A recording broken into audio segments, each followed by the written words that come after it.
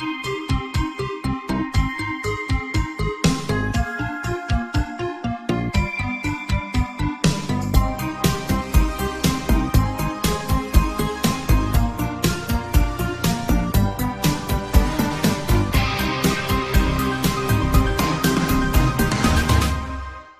made it back to the house, with keys in hand. Ethan retired back to his room. Grandmother was still typing away in her study, and no one had even noticed our escape into the darkness. I guess no one sees the shadows, until they wish to be seen. Still unable to sleep, I snuck out of my bedroom, determined to find adventure. Grandmother's house was a large old plantation house. Rooms, closets lined the halls. Pictures of people of whom I must have been related, but had never seen them, and the owls, so many owls.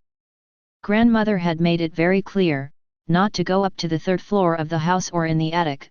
When I asked her why, she would just mutter bad memories and quickly change the subject. Something told me one of the keys would unlock a family secret hidden above my head. Once again armed with a flashlight and now a set of keys, I carefully went up the old steps to the third floor. As I reached the landing, something was immediately different about this part of the house, compared to the rest. No pictures, no owls, and every door was closed. I quickly made my way to the first door, moved the old handle and tried to push the door open. The door slowly creaked open, the smell of old books and lining whipped me in the face. Using my flashlight I scanned the room, looking for something, anything. This was a child's room, from the look of it a boy's room. Old Geronimo comics lay scattered on a desk, a dog's leash hung from the wall. Thinking back, I remembered a conversation between me and my mother. I asked her if grandmother had a brother. As best as I can recall, she said, "Your grandmother had a twin brother. Your great-grandmother was a hard woman, and she was very strict and would often lock her children in the attic, for some of the simplest of things. Her brother would get lost in the world of his comics.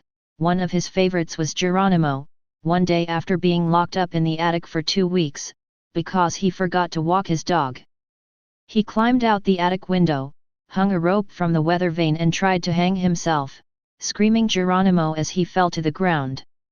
The weather vane couldn't support his weight, so as he fell the weather vane followed, smashing him in the head. The local doctors didn't know what to do. They moved him into the house in hopes he would get better. When asked why he did what he did, he simply replied, "It was written in my comics." Days later he drifted off into a coma. A few days after that he died. You get a funny feeling in the pit of your stomach, when you see how someone you could have known lived. How much they were like you. As I turned to walk out of the room, I didn't hear grandmother typing. I slowly pulled the door closed and quickly made my way back to my bedroom, thinking this adventure would have to continue on another night. The few hours I was able to sleep were filled with nightmares of the ragman and his hound of hell. Like any little town, the more you dig the more mysteries you will find. That morning was different. I woke up to the sound of moving trucks and people chatting away. Running downstairs to see what the commotions was all about, I learned that a family had moved into the old house beside grandmother's. Looking to see who was all in the family, hoping there were others to play with besides my current flock, or at least add to the group, my thought that there was power in numbers. "Come here, boy," grandmother said, "I want you to meet the Lawsons. Mr. and Ms. Lawson, this is my grandson." When it came to providing information about me, my grandmother was mute. Standing behind the Lawsons was a girl. She was a little older than me, somewhat shyer than most. I moved in to say hello. This was the first time I found myself unable to talk in the presence of another person, and something had my tongue. I tried to speak but couldn't. The girl giggled a little and looked at her father and said, "I guess this boy is mute." Laughing a little, he said, "I think he is just shy." Turning red, I darted to the kitchen, to drown my embarrassment in whatever sweet delight I could find.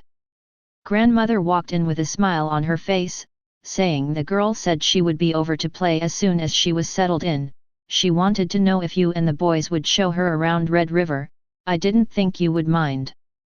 Walking out with my kin of Rocky Road, I squeaked, "Thank you, grandmother." Sitting in the rocker on the front porch, I scanned the ice cream container for contests. Back then you could get all types of toys from box tops. On the bottom, someone had left me a little note. Girl got your tongue SJ. Stay paranoid my friends.